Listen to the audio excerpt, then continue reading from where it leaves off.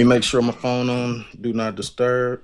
People that need to call me Good either in call, practice dude. or upstairs, so I'm good. You're gonna get a lot. Hey, my parents' text is Harley Quinn, Josh. So sometimes I have it really loud, and it's like, "Hi, Quinn," and like in the wrong place, and everybody's like, "The hell was that?" My wife, dude. That's my wife. Hi, Puddin'. That's so funny. I bet. All right, here we go. Cool. All right.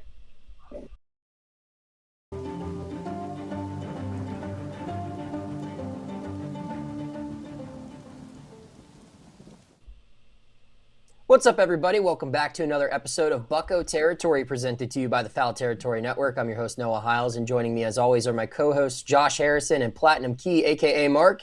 And we've got another guest on today's show, this one being former Pirates All-Star right-hander AJ Burnett. Joins the show to talk about what's been going on in spring training and maybe answering some other questions just about his time in Pittsburgh. AJ, thanks so much for coming on the show with us, man. Absolutely. Thanks for having me. Yeah, My absolutely. man. You got you. If only the listeners could see just the interaction between these two before we were recording. It was just like two buddies getting right back together. It's like homecoming here on this show. Oh yeah. So Hey, we've got a lot. I'm telling you right now, when you have memories for people that you play the game with, obviously, but when you win with a team, you really like you're brothers for life. Like we're brothers for life, no matter what, because we played this game, and we're a big tight family. But it's something about them winning teams. It's just like we'll never lose that. I'll see if I don't see Josh in 10 years, it'll be the same thing. Right. It's just how it No was. love lost. I don't know. It's just crazy. It's crazy. I love it. That's awesome. Well, we got a lot of questions to ask about that, and just a whole bunch of topics. And I'll let Mark kick it off. Yeah, AJ, thank you so much for not only being on the podcast, but helping the Pirates out, being willing to come down to spring training. I know it means a lot to us fans. Seeing that leadership still continuing on to this day is really, really special. So just want to preface this by saying thank you for that. And so my first question is focuses on like during your own playing career. Were there any veterans or former players that offered you the same leadership that you're offering the Pirates now? Absolutely. More so when I got more to New York later in my career. Early in my career, I was around young players, and Florida. I don't think we had a veteran until my third year. Right. Yeah. We won everything, and then there were veterans everywhere. But it's just nice to have that around. I really didn't know what to think coming back into this. Do they really want me here? Do they not? Heck, half of them are like, who's AJ Burnett? Because they were in like fifth grade. Right. So it's like, but it's been such a warm welcome and so awesome to be able, because I was always curious, we always talked about, Josh will tell you, can you be the same as a coach as you were as a player? Mm-hmm. Do you have that same impact 15 years down the road than you did? And I hope so. I don't know, but it's been great. And I'm just very grateful that I got a phone call from Donnie. Love it. And now that you've been in camp a few days here, from what you've seen and given your experience as an MLB pitcher yourself, what can Pirates fans expect from the pitching staff this year? Well, I'm looking forward to coming back. Hopefully when games start, I'll be able to see more when they're out there during competition, how they handle themselves, mound presence. I've seen a couple live BPs and watched pretty much everybody's pin. There's arms for days in this place, man. Everybody throws 100. Their starting rotation right now is just a joke. They got a couple great arm spot battling for the fifth spot, I think. But I think with the pitching staff and the additions they made, hitting wise, it's going to take a lot of pressure off them, Mm-hmm. and they're going to be able to just go out and cruise because they added some sticks. Oh yeah, can't wait. So I'm going to turn things back over here to Noah real quick. I'm pretty anxious to hear this conversation between you and Jay Hayes. So I'm not going to take up too much of your time here, and looking forward to seeing what they have for you. Yeah, AJ, I'm going to start with the obvious one here. As a guy who's covered Paul Skeens for a couple of his whole major league career, really, I've had a lot of cool conversations with him, but I'm sure your conversations are a lot different than the ones that I've had. What has it been like to interact with him, and what have you kind of gathered just from your minimal time being around the reigning Cy Young? it's pretty impressive how put together he is already, for one. And not just like pitching wise, just as a human being, on and off the field, like both. He's everywhere, all day long, and he accepts that, and he knows that he's, the leader on that team. But, I didn't really get a chance to the first couple of days. He was throwing, he's in his routine. I ain't about to go near that man when he's throwing because nobody came near me, so I get it. But everything has a purpose. Every single thing has a purpose. And a lot of these guys are looking at him and watching him, and they're feeling it. They're understanding that, catch is important. In between starts is important. Every little thing you do to get ready for that fifth start is important. And he really shows that, and that's why he's so dominant, man. Like, he is so in tune with his craft at that age. It's impressive to watch. You mentioned how you got to see just about everyone throw their bullpen. Who's a guy whose stuff kind of surprised you? Maybe someone who's a little under the radar that really caught your attention. Well, there's a couple new names that obviously, I didn't know about because, I've been away for a few years. I know Bubba Chandler. I know, obviously Paul, Mitch, Nasty. Yep. Ashcraft is a new guy. It's just, he's a treat, but he is such a talent, and they have a couple arms like that. Big fan of Santana. Never seen him throw before. He's just slinging it at 100. Pretty much every one of them, could help this team this year. Honestly, every single pitcher they got can help this team go. You had a long, successful career in the major leagues. It's been a decade since you put the uniform on. How much has pitching changed since you last played? And do you recognize those changes a ton? There's a lot more information out there, that's for sure, and a lot of it is not bad. It's good information. I was always a pitcher who, I had to keep it simple. If I had too much, there was an overload. So I didn't meet a lot. I didn't have a lot of, spreadsheets or information. I asked a few questions about certain hitters at certain times, but if I had too much, it was overload. But some of the stuff they have now, it would have made anybody better. And they care here about these pitchers, and they're making them better day in and day out. But I would say just the analytics part is not just analytics. I don't know if that makes sense. Like, there's analytics and there's stuff that helps you get better. That's not overkill.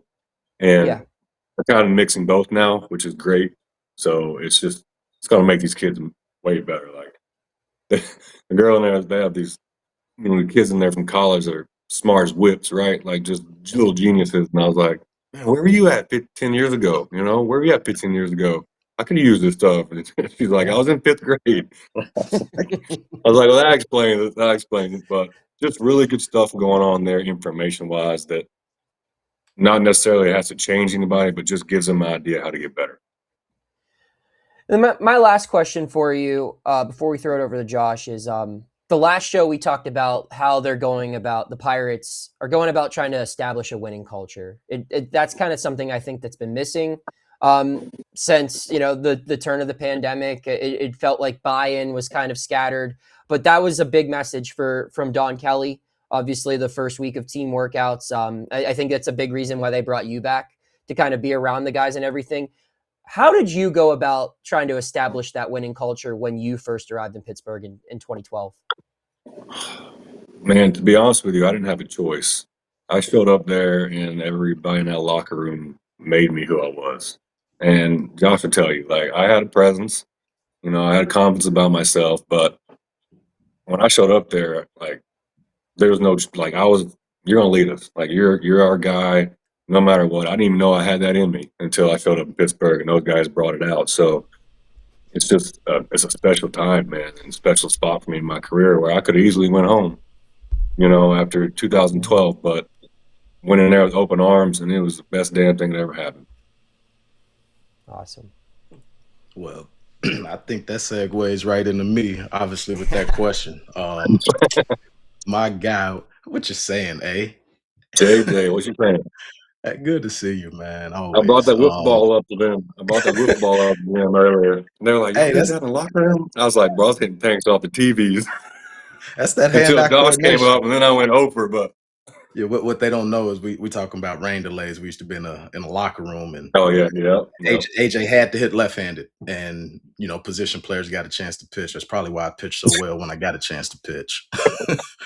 But the slow deuce, the slow deuce. couldn't hit it, dude. I hit everything but that. Good Hey, times, wasn't it, man? it only works. But that just goes into pretty much what you said in the beginning. Winning teams, you're gonna have these memories. You're gonna be brothers. You hold on to certain moments and memories. And with you being down there in spring training, obviously yesterday or the other day being the first day of full practice, I was telling Noah and Mark that like that's the real first day because it's no longer pitchers and catchers or position players reporting.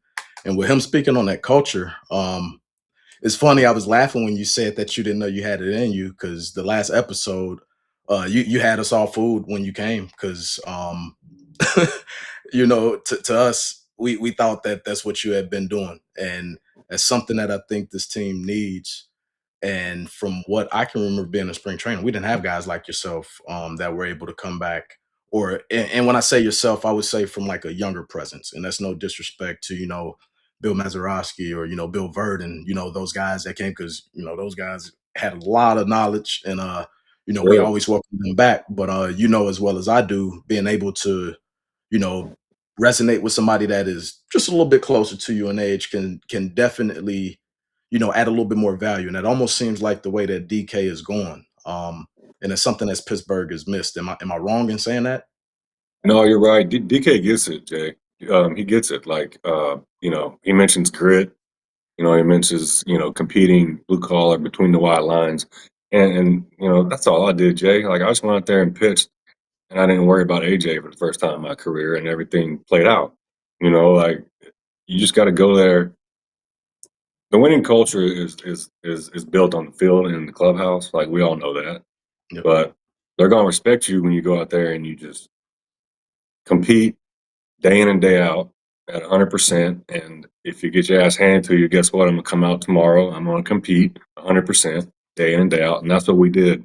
And that's what they saw, I think, Jay. And that's why we had to see it black in the playoffs because they were proud because we went out there and just competed and didn't take no shit from nobody. Facts. Grit. We didn't care who was on the other side. It was Grit. like, No. um, like, hey, we didn't care who we was playing. We knew what we had in the locker room.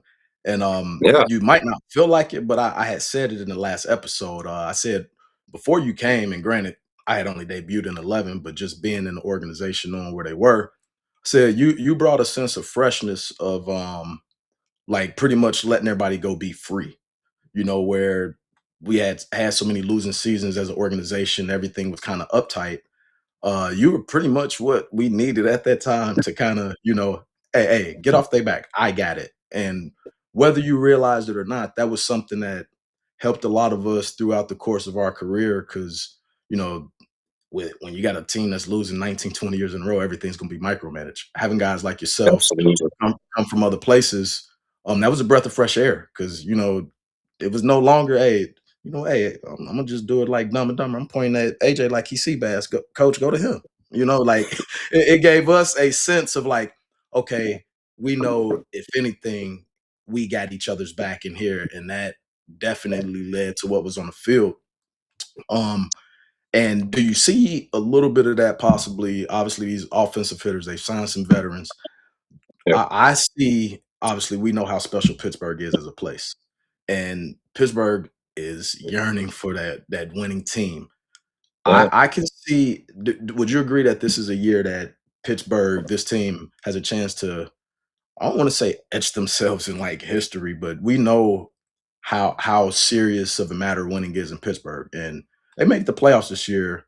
I think there's an opportunity for this team to kind of be put in the limelight of like, you know what, we're to be made for history because I mean, you got to start somewhere. And I mean, we didn't Yeah, even, I as you agree. said, we didn't even win the World Series. But you mentioned those teams that we were on.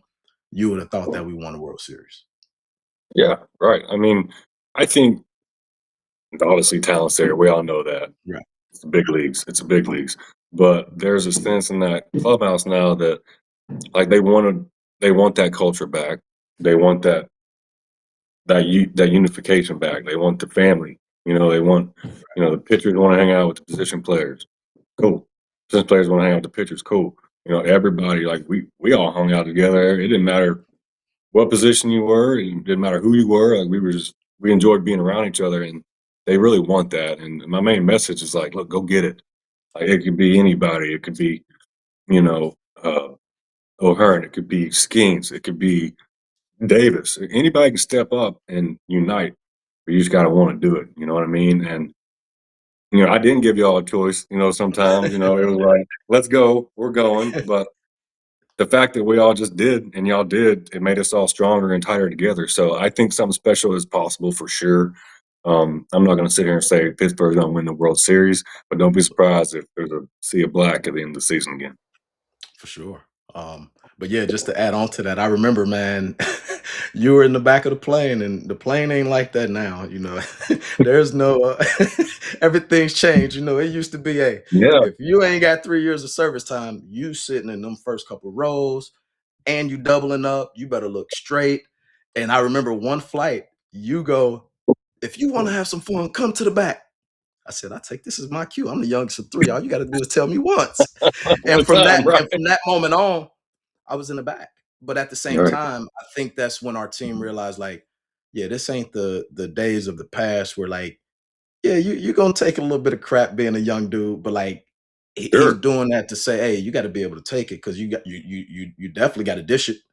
And that was one of the stories that I think I had told, was like when you said, hey, if you want to have fun, come to the back of the plane. It was back there, playing cards, listening to music, and I'm like, all right, cool, like I need some of that. Yeah, hey, and that was just a good time. And before I open it up to Noah or Mark to possibly ask us a question to end, I just wanted to leave you with this because my family, they rock with you, and my pops. I remember you said something to him that I'm living now, and I'm like, I heard you say it back then because your boys were, when we played, they were what, 8th and like 6th grade, like Yeah. around that time. And my oldest is in 6th grade, youngest is in 2nd. And I remember you was talking to my dad one time after the game in Cincinnati, and I think they might have been there, and you had mentioned something to him like, yeah, man, when I'm done, I'm excited because you had pointed to your kid, both of the boys, like, man, I'm just, to coach basketball, to coach baseball. Here I am. I done coach volleyball. I done coach basketball. Like, it's the like, best thing ever, too, hey, isn't it? Hey, loving it, man. But Yeah. just wanted to tell you, man, those memories definitely, for real, never fade. Pops told me to tell you hello, and as I said before, I just wanted to get say that before Noah and Mark maybe closed up with a question, maybe for You both make of them. sure and tell him hello. Absolutely. Oh, I definitely will. Him and my mom That's told me funny. to. I never did know volleyball though. You got me beat on that one. Hey, I got 2 girls, man. We volleyball and dance. I know. Hey, hey, but But yeah, that's so volleyball awesome, coach. man. Isn't it Yeah, crazy how it's really fast how everything works out, but you wonder how life's going to be after retirement. Like my first 2 years was, Karen could easily said, hey, go back. You messing up everything we're doing here. But it was so right. You know what I mean? Like it just felt so right to be home every single day with them. Yep, You're just away from them for so long. for sure. I feel it. So with that, fellas, Mark, Noah, any questions? Mark, you want to start us off here? Kick it off for us, Noah. All right. I mean, I'll start off with a very easy one. AJ, what is your best Josh Harrison story that can be shared on this podcast? Josh Harrison's story. Y'all know I'm not really crazy though. Yeah, no, I know. Jay is more like Jay is like when he just comes up to you out of the blue, just something. He gonna say something that's gonna make you laugh, Or I can give you one. Remember, y'all used to look for me after the game where I would be hiding for like a dance. Right. That's right. I forgot. Man, bring it all back. That just popped in my head. Yeah, and I can't remember the song. I want to know. I don't really know if name. this was. I don't know if this is a story or not, but I remember before you started playing every day, he comes sit in the dugout and he just sit by me and say, "Hey, just let me play." He just tell him, I wish they just let me play. And when that man got a chance to play, he played, man, and it was so fun to watch. Jay, I just loved him running around in circles on a diamond, making big leaguers look like dummies, dude. That was the best part of anything. Like he just let's go try to catch Josh. Let's go try to, it ain't happening. But just a joy to be around, dude. And you did walk up to me that one time. I think, what did I have? Won my first game, and then I got shelled by St. Louis, I think, and then I think I ran off like 8 or something. And Josh comes sits by me and goes, "How you doing this with 2 pitches?" I was like, "What do you mean?" He goes, "You're out here dominating with 2 pitches." I'm in the infield, and I'm like, fastball, curveball, fastball, fastball, curveball, fastball. And he was like, I'm observant. Hey. Yeah. I was like, that's all I got, Josh. I can't throw nothing else for a strike. And don't let them lie. It wasn't a normal fastball. It was a sinker. If you was a lefty, you was getting 8 in a row at the front hip that they either fouled off their foot or took. And it was. I'm telling you, it was a 12-6. And I'm back there like, bro, if I'm facing him, which I did get to face you first at bat, you struck me out. I got you for a triple the next hanging curveball too. I hung that thing too. But I remember going back to the dugout like, man, I see why everybody swung and missed. I was like, man, his fastball, like I said, he slow play you with the arm, then the ball come out. And then I said he would throw the curve and you think it's the fastball. And it's like the curve sweep from one end to the other. Or if it's big, like I said, hey, you better get it ready. I know it ain't the 98 that he used to throw, but that 94 is gonna get on you. But yeah, I do remember that 2 pitches. That's why I was like, hey, fastball curve. Just make sure you hit the strike because it's gonna look like a ball, but it's gonna come back. It was so fun when I learned that 2-seamer, dude. I didn't have it before I came there. I learned it like a year or 2 before I came there, and boy, it was just fun, dude. It was nasty. It was just here, and then until you yanked it. and then we're gonna change. Like Rizzo, he jumped me in opening day. He stepped 3 feet that way and hit that. I was like, come on, Rizzy, first pitch, but he never got another one. Oh no, I mean, burn me once, all right, but he was one of the few that was gonna make the adjustment. Yep. All right, I got one other question for you guys. So let's say the Pirates do make the playoffs this year. Bucktober's back. Should there be another blackout at PNC Park? I mean, if they wear black as much as we do, we just love the black. Yeah, we just hated the grays, man. They just nasty. Hey, every time it's like, hey, we didn't care if it was 100 degrees. We knew when AJ was pitching, we for sure was wearing black. We ain't wearing them damn grays and sweating through them uniforms. Hey, hence Batman, and then we had to start where it was him and Matt Harvey, Batman versus Dark Knight, and hey, he had to let them know who real Batman was. That was so fun. That was so fun. That was my bobblehead day.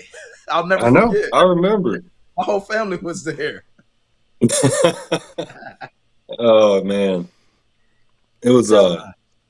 But I would say blackout. I mean, I know we ended up doing it again a year after, I think, but I mean, it's been so many years that I don't think it's anything that, I mean, I wouldn't feel slighted.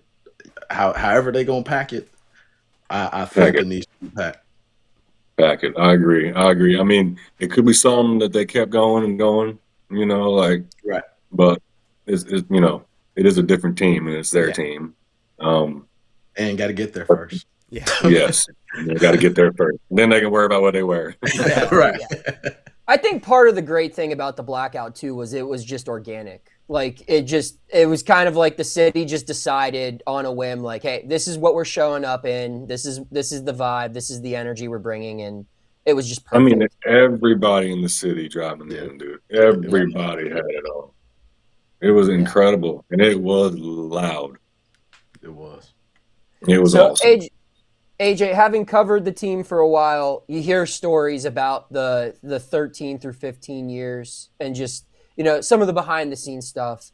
I've been told by a handful of people who were around back then that you were known to advocate for younger players that you believed in. Sometimes you would go to coaches and say, like, hey, this guy deserves an opportunity. And one of the guys that I heard that about is someone who's on this screen.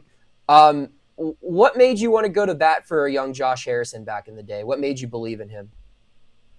Yeah, well, I just remember I think it might have been the first day of full squad. And I think I was out on the field stretching. I think Jay and Kush walked by and 2 cool cats just cruising down, dude. Like they're going to work.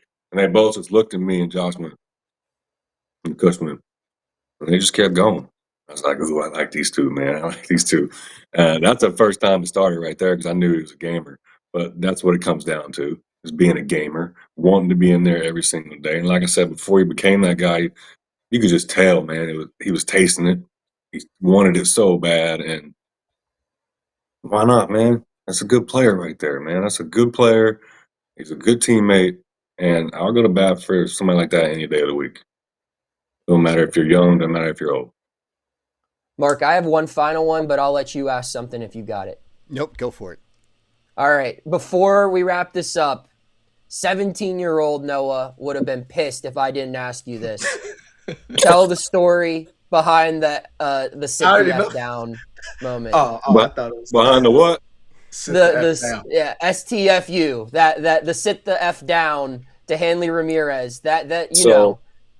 So I didn't know that, these guys do stuff when they hit homers now, right? Like, I don't pay attention to that kind of crap. Like, I don't know. Like, so I see this dude around second. He's like,